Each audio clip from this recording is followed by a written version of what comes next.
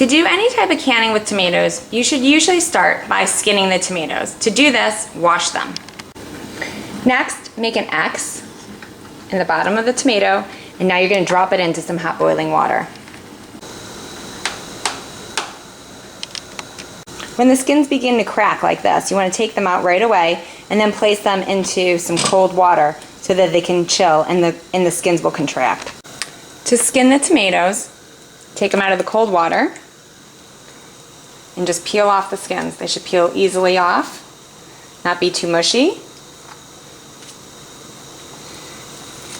And then when you're done, you're going to need to cut the core out and slice them into the sizes that you're going to want to use for whatever recipe you're using them for.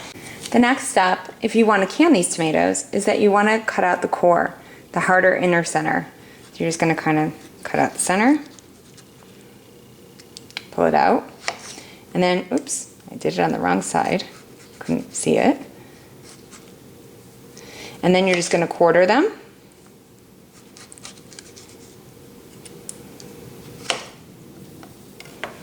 And into a very hot jar, you're going to add 2 tablespoons for a quart jar, 2 tablespoons of bottled lemon juice. And the reason you're going to do that is because bottled lemon juice will provide you a more even acidity to your canning process versus fresh lemon juice that won't guarantee that.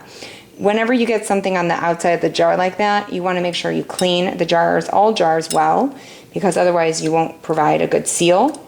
So after we're done packing these in, we're going to go ahead and go back and wipe around the whole outside of the jars.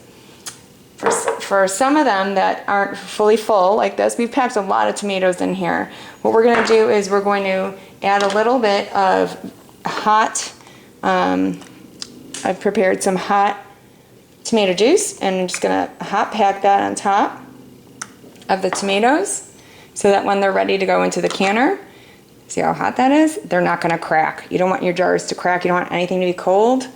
Your jars will crack on you, and then you've lost your beautiful tomatoes, and you will be very sad. So after we're done here, we're going to wipe all the tops off, and we're going to put our hot lids on top as well as our screw top. The last step that you want to do, actually I forgot to mention, before you place your lids on, is that you want to really make sure that there are no air bubbles anywhere around the outside of the jar. So here's an air bubble. I'd want to run my knife down the center to make sure I get that air bubble out. If you have air bubbles in your jar, you could have an explosion in the canner, and you want to avoid that. I see another air bubble.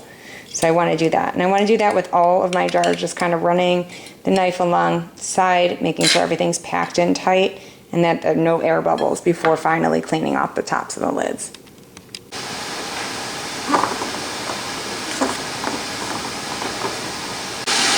Sterilize your lids by just dropping them into the hot boiling, almost boiling water. You don't want it to be totally boiling, otherwise you will destroy the inside seal, and that's what we want to protect.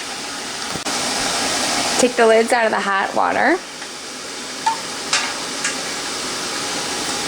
and place them right on top of the jars. You're going to do this until they're all done, and then you're going to put the rings around the outside. Lower your jars into the hot water, and then you're going to bring it back up to boiling. There is a lot of water in here, but that's also because you're going to have a lot of evaporation. This actually has to be done for an hour and 25 minutes, and quarts and pints can both be processed at the same time. Go ahead and set your timer.